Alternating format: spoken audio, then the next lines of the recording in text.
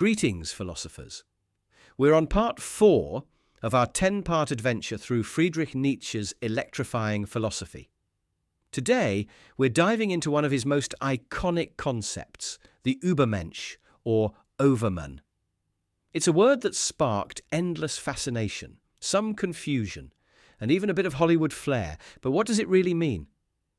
Let's unpack it with the kind of energy Nietzsche himself brought to his writing, bold, poetic, and a little provocative. The Übermensch bursts onto the scene in Nietzsche's masterpiece, Thus Spoke Zarathustra. Picture a wandering prophet, Zarathustra, coming down from the mountains to share a vision of humanity's potential. The Übermensch is his ideal. A person who creates their own values, lives authentically, and rises above the ordinary in a world where old certainties like God or traditional morality have crumbled. This isn't a superhero with a cape or a dictator with an army. It's someone who faces the void of meaning and says, I'll build my own purpose, my own way of living, and make it extraordinary. Remember Nietzsche's God is dead idea from part 2. Without a divine rule book, we're left with a blank canvas. That can lead to nihilism, thinking nothing matters. Or it can lead to something bold. The Übermensch chooses bold. They don't cling to outdated rules or follow the crowd, what Nietzsche called the herd. They forge their own path, driven by what he called the will to power, that creative, life-affirming energy we talked about last time. Think of someone like an artist who redefines beauty, or an innovator who challenges norms, not for fame, but because they're true to their vision. Now, the Übermensch isn't about being better than others in a snobby way. Nietzsche wasn't preaching elitism or cruelty. He was against anything that smacks of conformity or smallness. To contrast, he gives us the last man, a figure in Zarathustra who's the opposite. Someone who just wants comfort, safety, and no big challenges. The last man's happy, scrolling through life, avoiding risk, never questioning. Sound a bit like our binge-watching, trend-chasing world?